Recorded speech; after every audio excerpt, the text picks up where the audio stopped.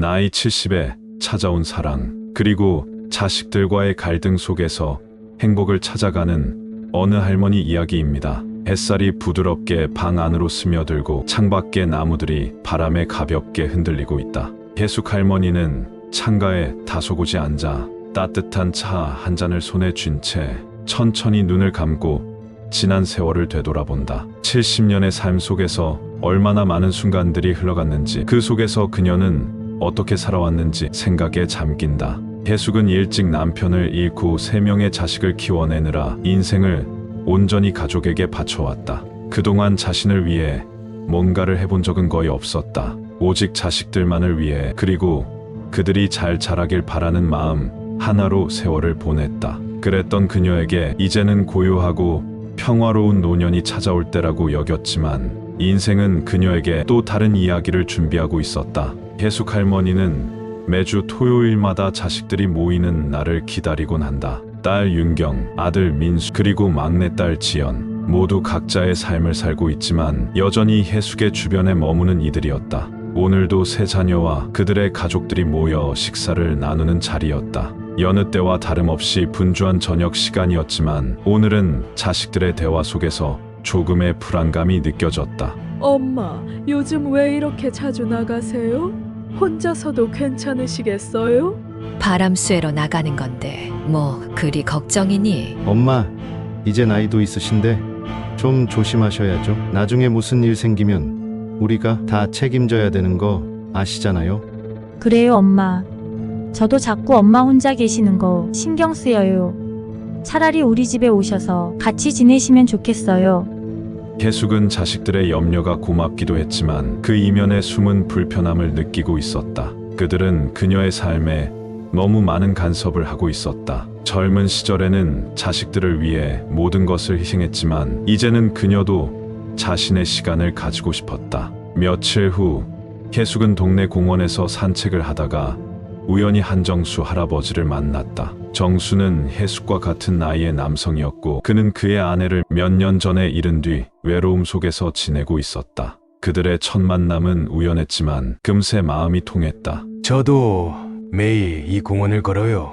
혼자 있는 시간이 많다 보니 여기서 자연을 바라보며 마음을 달래곤 합니다. 그렇군요. 저도 그렇습니다.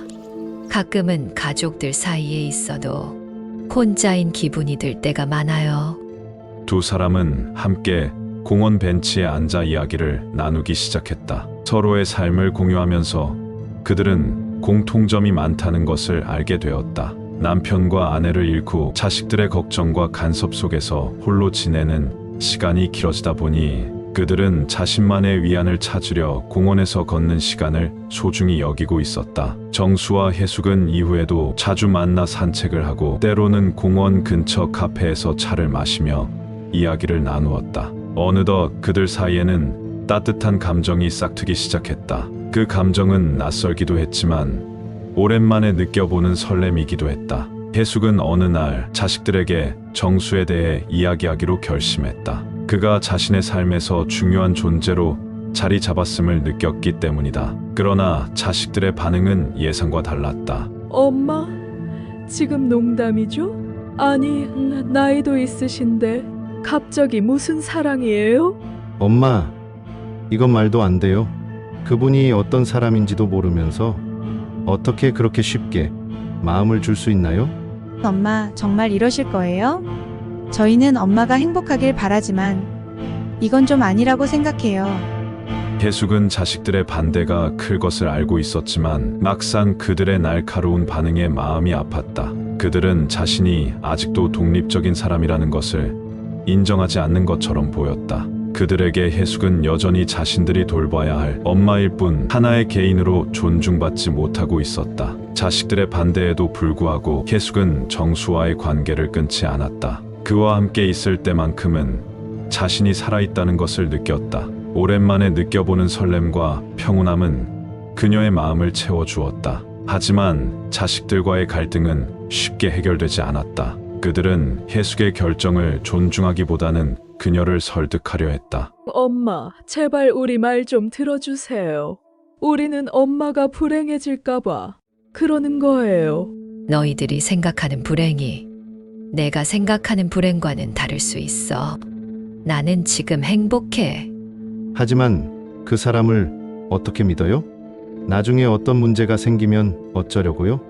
해숙은 자식들의 걱정이 이해되지 않는 것은 아니었다. 그러나 그녀는 이제 자신을 위해 살고 싶었다. 그들은 그녀가 다시 사랑을 찾은 것을 받아들이기 힘들어했지만 해숙은 자신의 감정을 더 이상 숨기고 싶지 않았다. 몇 주가 지나고 해숙은 자식들과의 대화를 통해 마음을 정리하기로 했다. 자식들이 그녀를 사랑하는 마음은 알지만 이제는 그녀 자신을 위한 결정을 내릴 때가 되었다는 것을 확신하게 되었다. 해숙은 자식들을 한자리에 모아 진심 어린 대화를 나누기로 했다. 얘들아, 너희가 나를 걱정해 주는 건 잘 알고 있어. 나도 너희가 행복하기를 항상 바라왔고 앞으로도 그럴 거야. 하지만 이제는 내 삶도 좀 생각할 때가 된 것 같아. 엄마, 우리는 엄마가 불행해지는 걸 원하지 않아요. 알아. 그래서 더 얘기하고 싶어.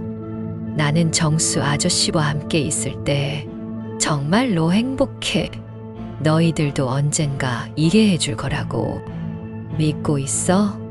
해숙의 말에 자식들은 잠시 침묵했다. 그들도 어머니의 마음을 이해하고 싶었지만 여전히 혼란스러웠다. 그러나 시간이 지나면서 그들은 해숙의 결정을 조금씩 받아들이기 시작했다. 해숙은 정수와의 관계를 계속 이어나가기로 했다. 자식들의 반대가 완전히 사라진 것은 아니었지만 그들은 점차 어머니의 선택을 존중하게 되었다. 정수와 함께하는 시간은 그녀에게 새로운 활력을 불어넣어 주었다. 공원에서 함께 걸으며 나누는 소소한 대화, 함께 요리하며 웃음을 나누는 시간, 그리고 무엇보다도 서로의 존재만으로도 위로가 되는 순간들. 해숙은 늦은 나이에 찾아온 사랑이 인생에서 다시 한번 자신을 행복하게 만들고 있음을 깨달았다. 몇 달이 지난 어느 날 자식들과 손주들이 다시 모였다. 이번에는 분위기가 달랐다. 자식들은 어머니의 결정을 존중하는 법을 배우고 있었다. 엄마, 미안해요.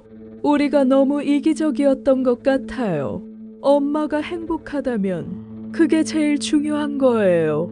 뜻밖의 진실된 사랑에 해숙의 자식들이 조금씩 마음을 열고 있었지만 어느 날 윤경은 우연히 정수에 대한 놀라운 소문을 듣게 된다. 정수가 예전에는 막대한 빚에 시달렸으며 사기 사건에 연루되었다는 것이었다. 윤경은 즉시 민수와 지연에게 이를 알렸고 세 자녀는 크게 충격을 받았다. 그 사람 그냥 순수한 할아버지가 아니야. 엄마가 속고 있는 거라면 어떡해? 내가 그럴 줄 알았지.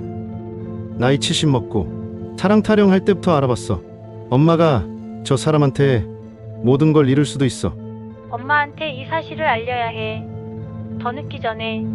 자식들은 해숙에게 이 사실을 말하러 갔지만 해숙은 믿을 수 없다는 듯 고개를 저었다. 너희들이 무슨 말을 하는지 모르겠어.